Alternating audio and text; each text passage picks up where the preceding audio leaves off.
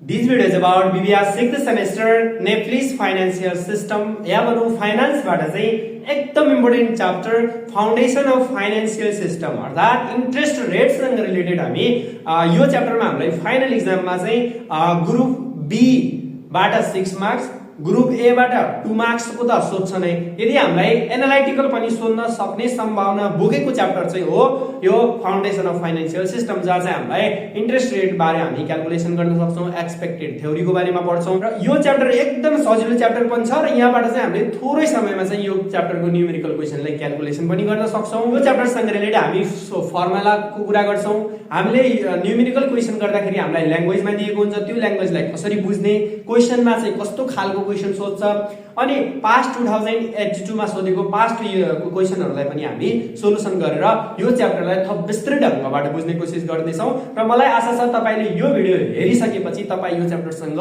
जस्तो सुकै numerical question पनि आफै गर्न सक्नु हुनेछ।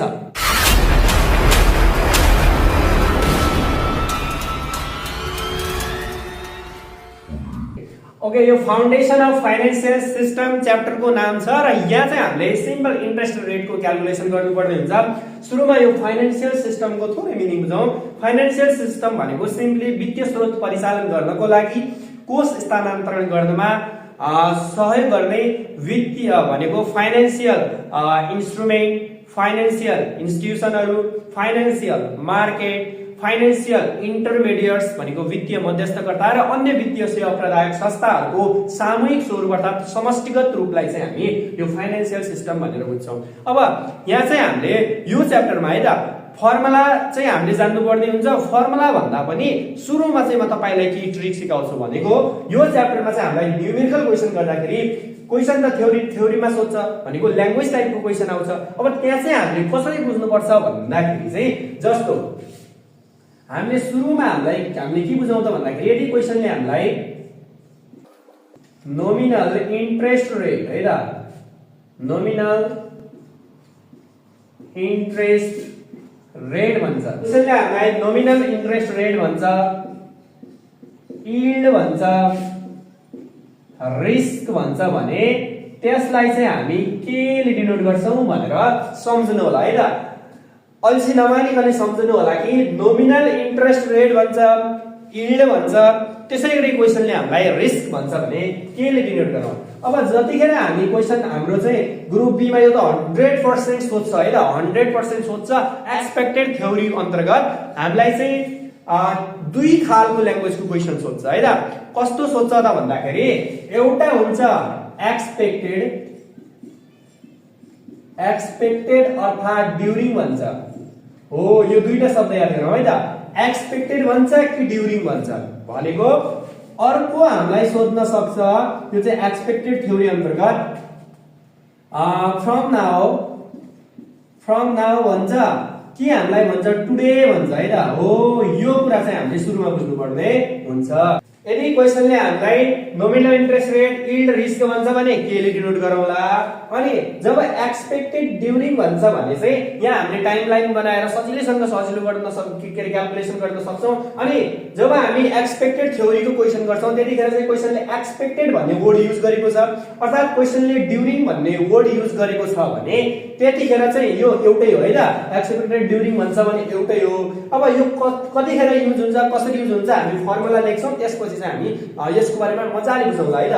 तर अहिलेलाई के बुझ्नुस् भन्दाखेरि क्वेशनमा हामीलाई एक्सपेक्टेड भनोस् चाहे ड्युरिङ भनोस् त्यो एउटै हो भनेर मात्र सम्झिदिनु होला है त अहिलेलाई। अनि फ्रम नाउ भन्छ फ्रम नाउ आज फ्रम नाउ टुडे भन्छ भने त्यो पनि एउटै हो फ्रम नाउ भन्छ टुडे भन्छ एउटा भयो।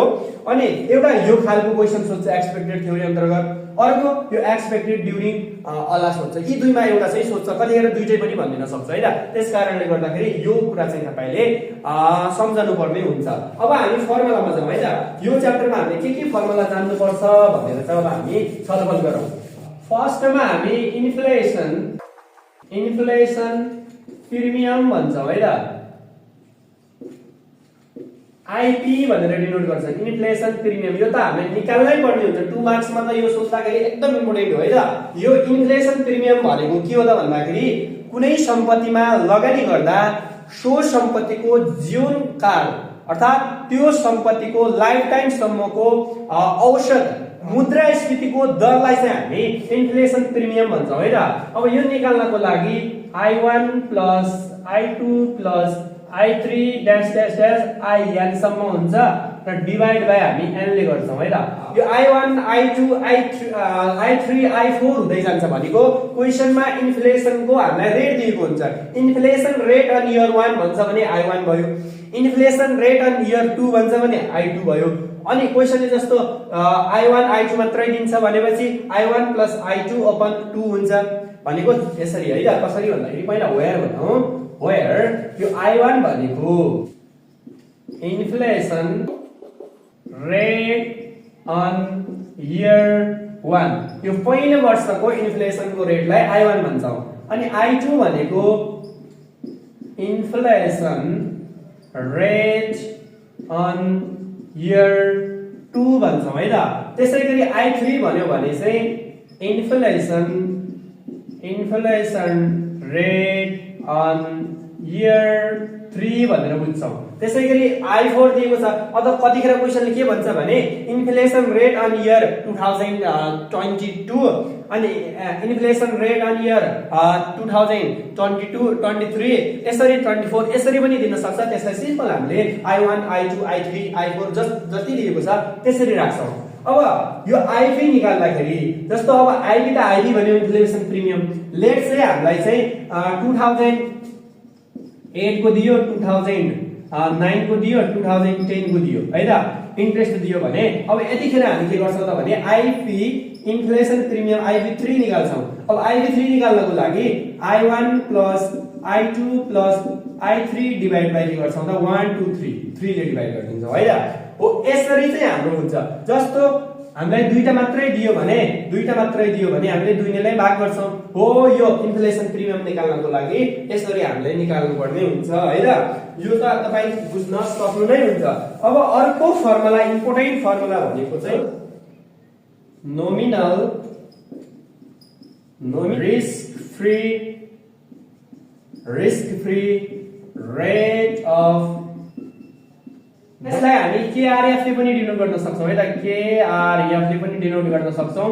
अब नोमिनल रिस्क फ्री रेट गर्नको लागि K स्टार पनि भन्न सक्छौं अर्थात K स्ट्रिक पनि भन्छन्। K स्ट्रिक प्लस IP भन्ने हुन्छ है त। वेयर यो K स्ट्रिकलाई चाहिँ हामी कसरी बुझ्न सक्छौं त भन्दाखेरि real risk free rate of interest भन्छ। अनि यो IB भनेको चाहिँ के हो त इन्फ्लेसन प्रिमियम हो है। Inflation premium. अब क्वेशनले चाहिँ हामीलाई nominal risk free rate of interest सोधेको छ भने हो यो IB त हामीलाई चाहिने रहेछ हो, त्यही भएर IB को फर्मुला पनि सुरुमै मैले लेखिदिएको है त। ल के बुझ्न सक्छौं त भन्दाखेरि एकदम इम्पोर्टेन्ट नोट के गर्नु होला भने यहाँ पनि risk free rate of interest छ है त। Risk free rate of return rate of interest यहाँ छ जुन चाहिँ नोमिनल को। अर्को risk free rate of interest छ यो चाहिँ K स्ट्रिक को भने। अब क्वेशनले हामीलाई है त real risk free rate of interest भन्यो भने त हामी सजिलैसँग K स्ट्रिक हो K स्टार हो भनेर हामी लेख्न सक्छौं। अनि nominal risk free rate of interest भने पनि यो हामीले KRF निकाल्नु हो भनेर पनि हामी बुझ्न सक्छौं। तर यदि क्वेशनले हामीलाई जब क्वेशनले हामीलाई यो रियल पनि भनेन अगाडि नोमिनल पनि भनेन सिधै risk free rate of interest यहाँ पनि के छ risk free rate of interest भनेर यसरी risk free rate of interest भनेर दिएको छ भने त्यसलाई चाहिँ हामी nominal risk free rate of interest भनेर सम्झन्छौं है त। मैले के भने त भन्दाखेरि जब हामीलाई क्वेशनले यो नोमिनल पनि भनेन रियल पनि भनेन फरक त्यति छ नि नोमिनलले छुट्टिएको छ यहाँ रियलले छुट्टिएको छ भनेपछि जब हामीलाई risk free rate of interest मात्रै भनेर क्वेशनले दिन्छ भने अर्थात सोध्छ भने त्यसलाई हामीले simple nominal risk free rate of interest भनेर सम्झनु होला है त। त्यसमा नझुक्किनु होला। थर्ड नम्बरमा हामी जाउँ yield on treasury securities. Yield भन्दा साथ मैले अगाडि भनेको थिएँ नि, यील्ड भन्छ, रिस्क भन्छ, नोमिनल इन्ट्रेस्ट रेट भन्छ भने त्यसलाई केले डिनोट गर्ने त? केले डिनोट गर्ने है त, केले डिनोट गर्ने। यहाँ के यील्ड भनेको छ नि, हो यील्ड भन्दा साथ केले डिनोट गर्ने? ट्रेजरी सेक्युरिटिज हो भने अब हामीले के बुझ्नुपर्छ त भने यदि हामीले आज लगानी गर्यौं भने आज भनेको त 0 हो। यदि हामीले आज लगानी गर्यौं भने हामीले भविष्यमा कति इन्ट्रेस्ट पाउँछौं भन्ने कुरा चाहिँ यो यील्ड अन ट्रेजरी सेक्युरिटिजबाट हामीले थाहा पाउन सक्छौं। 0KT भनौं ट्रेजरी सेक्युरिटिजलाई। अब यदि हामीले आज 0 भनेको चाहिँ यदि हामीले आज लगानी गर्यौं भने अब के भनेको त यील्ड अर्थात रिस्क अर्थात यो त इन्ट्रेस्ट हो भनेपछि यदि आज हामीले लगानी गर्यौं भने भविष्यमा कति इन्ट्रेस्ट पाउँछौं त भन्ने कुरा चाहिँ कति वर्ष टीले चाहिँ यति वर्ष भनेर बुझाउँछ। त्यो क्वेशन गर्दाखेरि हामी मज्जाले बुझ्छौं है त। अहिले के बुझ्नुस्, के भनेको चाहिँ के लेख्नुको अर्थ यील्ड रिस्क अनि 0 भनेको आज लगानी गर्यौं भने र टी भनेको चाहिँ भविष्यमा कति इन्ट्रेस्ट चाहिँ हामीले त्यहाँबाट पाउँछौं भनेको है त। ल अब यो निकाल्नको लागि same nominal risk free rate of interest निकाल्नलाई के गरेका थियौं? K star plus inflation premium plus यहाँ चाहिँ एउटा कुरा थपिन्छ म्याच्युरिटी रिस्क प्रिमियम अर्थात एमआरपी थपिन्छ है त। जस्तो हामीलाई चाहिँ हामीले निकाल्नु पर्ने यहाँ 0K5 निकाल्नु पर्यो भने त्यतिखेर के स्ट्रिक प्लस आईपी 5 गर्ने प्लस एमआरपी 5 हुन्छ। अनि 2 इयर को निकाल्नु छ भने के स्ट्रिक प्लस आईपी2 प्लस एमआरपी 2 भनेर राख्छौं। हो यो चाहिँ हाम्रो के हो त यील्ड अन ट्रेजरी सेक्युरिटिज को भयो। वेयर भने हैन मैले वेयर भनेर डिनोट गरे, यहाँ चाहिँ एमआरपी भनेको छ है त। एमआरपी भनेको चाहिँ maturity risk premium, maturity risk premium. ल अब तपाईले चाहिँ यो ध्यान दिएर हेर्नु भयो भने न्यूमेरिकल क्वेशन गर्दा एकदम सजिलो हुन्छ है। त्यही भएर यहाँ बुझ्ने कोसिस गर्नु होला। म्याच्युरिटी रिस्क प्रिमियमलाई एमआरपी भन्छौं। अब 4 नम्बरमा जाऊ। अब यील्ड अन कॉर्पोरेट सेक्युरिटीज, संस्थागत धितोपत्र भन्छौं है त। अब कर्पोरेट सेक्युरिटिजमा यील्ड यहाँ पनि त्यही। अब यहाँ कसरी बुझ्नु जाउँ त भन्दाखेरि यील्ड भन्दा साथ मैले के भने के हो केले डिनोट गर्ने भने अनि यदि हामीले आज लगानी गर्यौं भने त्यसले भविष्यमा अब इन्ट्रेस्ट कर्पोरेट ट्रेजरी हुँदाखेरि टीले डिनोट गर्ने, कर्पोरेट हुँदाखेरि चाहिँ यहाँ सीले डिनोट गर्ने है त 0KC। अब यो निकाल्नको लागि यही यील्ड अन ट्रेजरी सेक्युरिटिजकै फर्मुला हुन्छ, त्यसमा चाहिँ थप हुन्छ है त। अब यसरी बुझ्नु होला कि ट्रेजरी सेक्युरिटिजमा चाहिँ हामीले यील्ड अन ट्रेजरी सेक्युरिटिजमा हामीले के बुझ्नु पर्यो त भन्दाखेरि जहाँ चाहिँ हामीलाई लिक्विडिटी रिस्क प्रिमियम पनि हुँदैन, अर्को डिफर रिस्क प्रिमियम पनि हुँदैन भने त्यस्तोलाई चाहिँ ट्रेजरी सेक्युरिटिज भन्छ, जुन चाहिँ गभर्नमेन्ट सरकारले जारी गर्छ है। ट्रेजरी सेक्युरिटिज भनेको चाहिँ सरकार गभर्नमेन्टले जारी गर्छ। अनि यो ट्रेजरी सेक्युरिटिजमा चाहिँ डिफर रिस्क प्रिमियमको कुरा हुँदैन हैन। अनि त्यसैगरी यहाँ चाहिँ लिक्विडिटी रिस्क प्रिमियमको कुरा हुँदैन भने त्यो चाहिँ ट्रेजरी सेक्युरिटिज भयो। अनि कर्पोरेट सेक्युरिटिज भनेको चाहिँ जहाँ डिफर रिस्क प्रिमियम पनि हुन्छ, म्याच्युरिटी रिस्क प्रिमियम पनि हुन्छ, अनि त्यसैगरी यहाँ चाहिँ लिक्विडिटी रिस्क प्रिमियम पनि हुन्छ भने त्यो चाहिँ त्यो त कर्पोरेट सेक्युरिटिज हो। अब यसको formula k star plus IP inflation premium plus MRP maturity risk premium plus अनि DRP deferred risk premium DRP plus LRP भनेको लिक्विडिटी रिस्क प्रिमियम दिएको छ भने हो यसरी राख्छौं है त। यो चाहिँ हाम्रो के को फर्मुला भयो त कर्पोरेट सेक्युरिटिज को यील्ड अन कर्पोरेट सेक्युरिटिज निकाल्दाखेरि। अब यहाँ चाहिँ बुझौं कि केस्ट्रिक भनेको चाहिँ real risk free rate of interest, IB भनेको इन्फ्लेसन प्रिमियम, एमआरपी भनेको म्याच्युरिटी रिस्क प्रिमियम, डीआरपी भनेको डिफर्ड रिस्क प्रिमियम अनि एलआरपी भनेको लिक्विडिटी रिस्क प्रिमियम है त। अब मैले ठाउँको अभावले सुरुको 1 नम्बरको फर्मुलालाई लेखाए अर्थात मैले लेखिहाले वेयर डीआरपी भनेको चाहिँ डीईएफएयू डिफर्ड रिस्क प्रिमियम र एलआरपी भनेको चाहिँ लिक्विडिटी रिस्क प्रिमियम है त। Liquidity risk premium LRP, differ risk premium DRP. अब यील्ड एन्ड कर्पोरेट सेक्युरिटी जस्तो हामीले यहाँ चाहिँ हामीलाई 0k5 निकाल्नु पर्यो, अर्थात 0k मान लेट्स से हैन, जस्तो 0k2 निकाल्नु पर्यो भने सेकेन्ड इयरको निकाल्नु पर्यो भने जस्तो k प्लस यहाँ के हुन्छ त फर्मुला ip2 हुन्छ हो, जतिको निकाल्नु छ त्यही हुन्छ, ip2 हुन्छ। अनि 0k4 निकाल्नको लागि ip4 हुन्छ। के सोधेको छ भने अब यो बेला चाहिँ जस्तो हामीले इन्फ्लेसन प्रिमियम इयर 2 को निकाल्नु पर्यो भने i1 प्लस i2 अपन 2 गर्नु पर्यो। अनि ip4 निकाल्नलाई i1 plus i2 plus i3 plus i4 divide by 4 गर्नु पर्यो। अनि i5 सोधेको छ भने i प्लस i5 गर्नु पर्यो, 5 डिवाइड गर्नु पर्यो।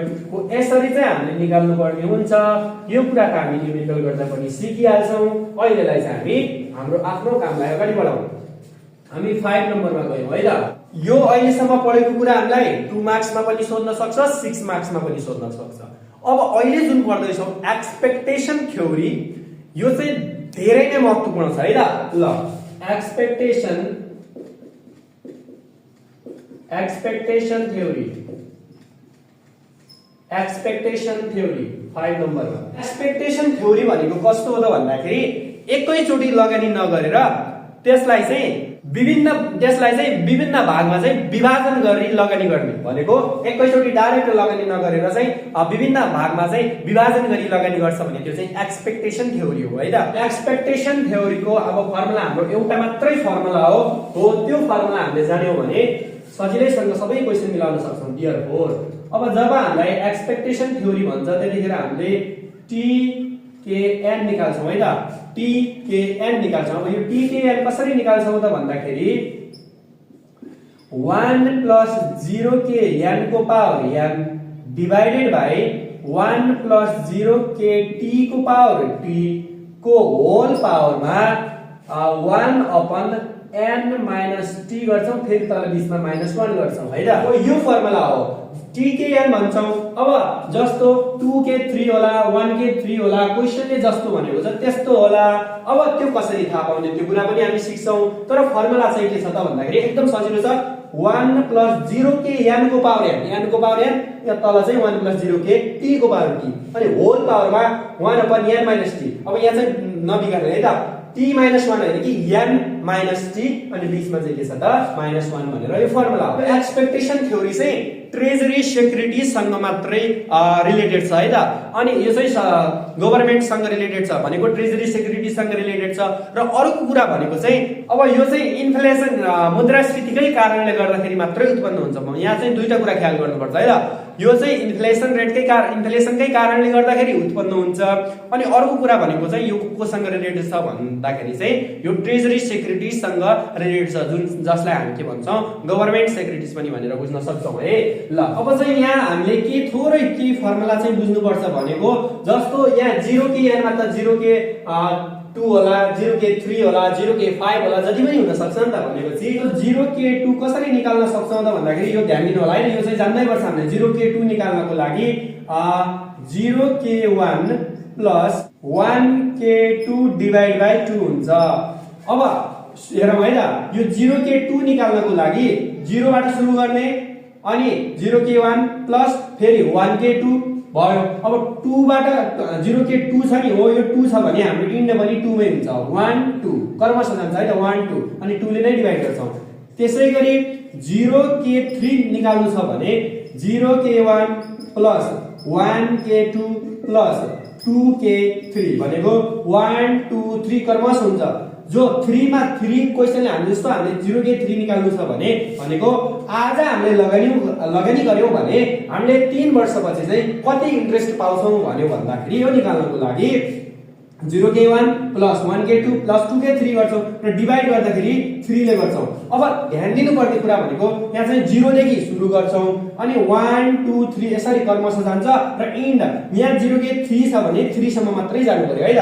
जस्तै हामीले 0k4 निकाल्नु छ भने 0 बाट सुरु गर्छौं, 0k1 प्लस अब 0 बाट सुरु गरेका थियौं, अब 1 अनि k1 थियो त अब 2 प्लस अब 1 थियो 2k3 प्लस अब हामीले त 4 सम्म जानु छ भनेपछि 3k4 डिवाइडेड बाइ 4 भनेपछि यसरी हामी यहाँको भ्यालु है जस्तो 0k1 0k2 यहाँ जति पनि हुन सक्छ नि त त्यसरी निकाल्नु अब 0k5 हुन्थ्यो भने के गर्थ्यौ त यहाँ प्लस 4k 5 डिभाइड बाइ 5 गर्थ्यौ ओ यसरी जानु पर्यो अब यो त निकाल्न सक्ने भयो अब यो 0k1 कसरी निकाल्ने 1k2 कसरी निकाल्ने यो कुरा पनि सिकौं है त त्यसैगरी जस्तो 0k1 निकाल्नको लागि k स्ट्रिक अर्थात k स्टार प्लस i1 गर्नु पर्यो त्यसैगरी 1k2 निकाल्नु छ भने k स्ट्रिक प्लस i2 गर्नु पर्यो अनि 2k3 निकाल्नु छ भने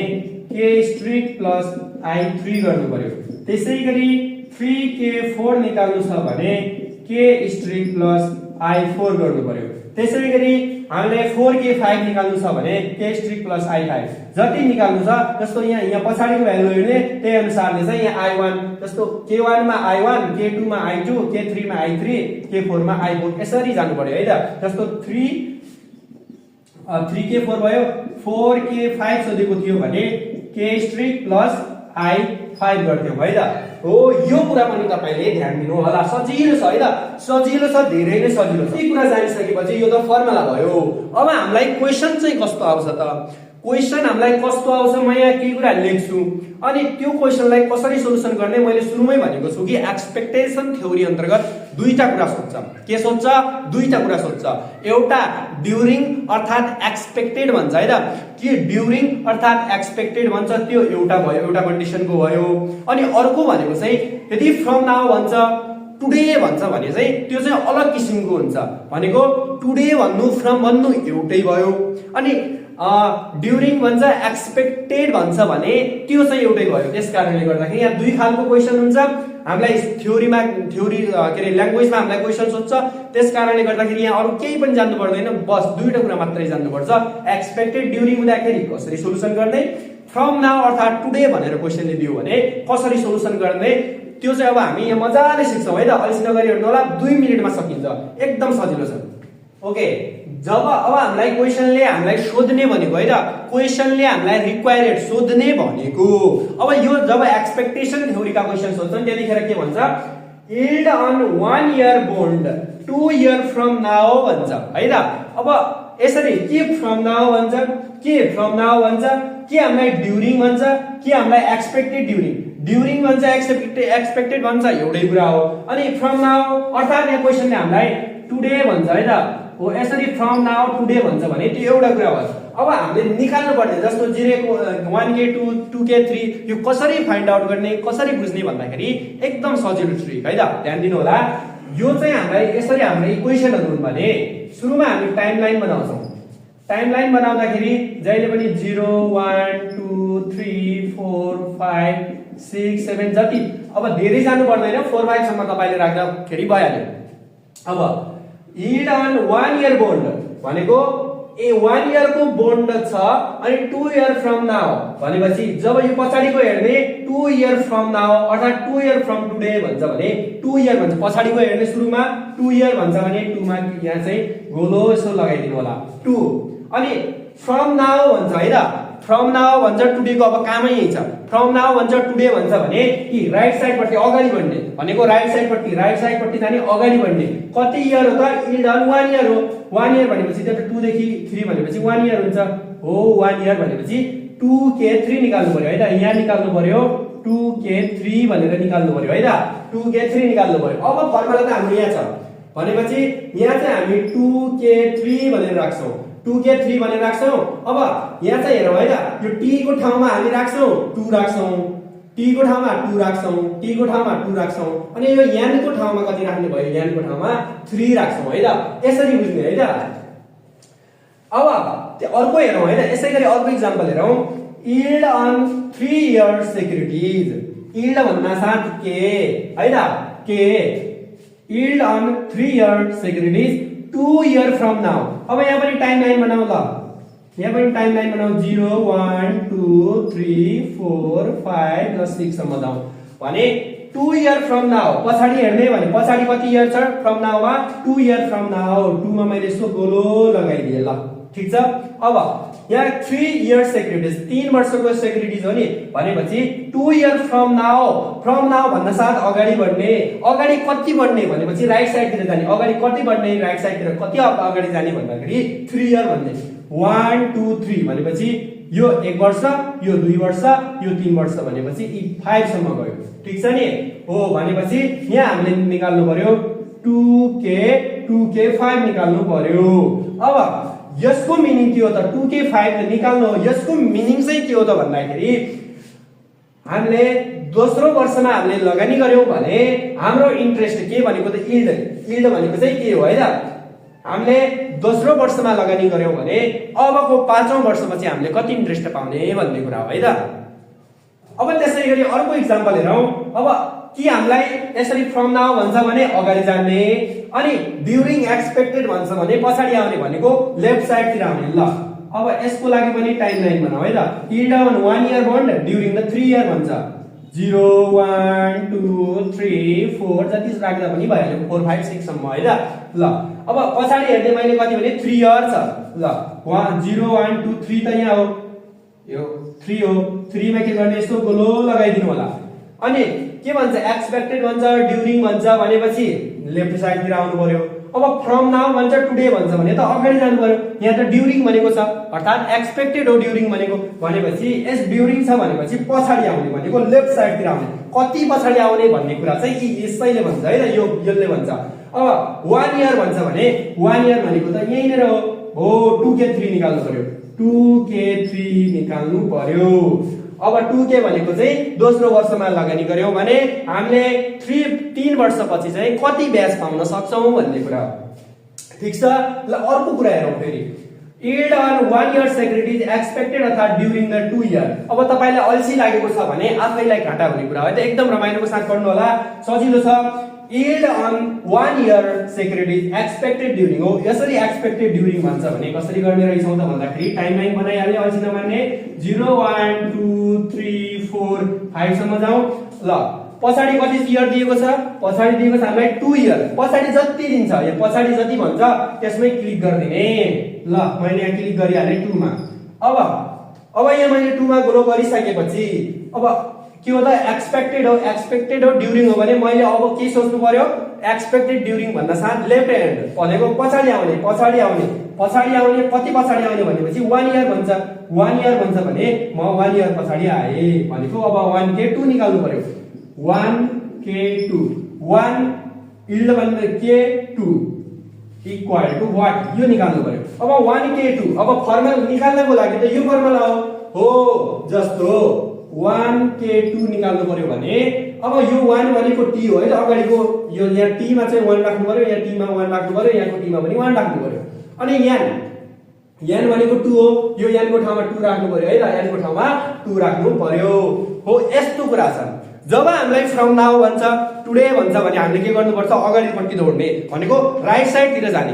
जब हामीलाई क्वेशनले ड्युरिङ भन्छ एक्सपेक्टेड भन्ने वर्ड युज गरेको हुन्छ भने त्यतिखेर हामीले पछाडी आउने त्यतिखेर हामी लेफ्ट साइड तिर आउँछौं। जस्तै यहाँ हेरौं त फ्रम नाउ टुडे भन्दाखेरि के गरे त 2 इयर भन्दाखेरि चाहिँ हामीले दोस्रो वर्षमा यहाँ क्लिक गर्ने अनि यील्ड भन्दा साथ के गर्ने त यील्ड भनेको त के हो भनेपछि अब फ्रम नाउ भन्छ भने अगाडि बढ्ने भने अगाडि बढ्दाखेरि कति अगाडि बढ्ने भन्ने कुरा चाहिँ यसले लेखेको हुन्छ 1 इयर भनेको छ त्यही भएर 1 इयर अगाडि बढ्ने 1 इयर अगाडि बढ्दाखेरि त यही पुग्यो भनेपछि 2k3 निकाल्ने त्यसैले भयो।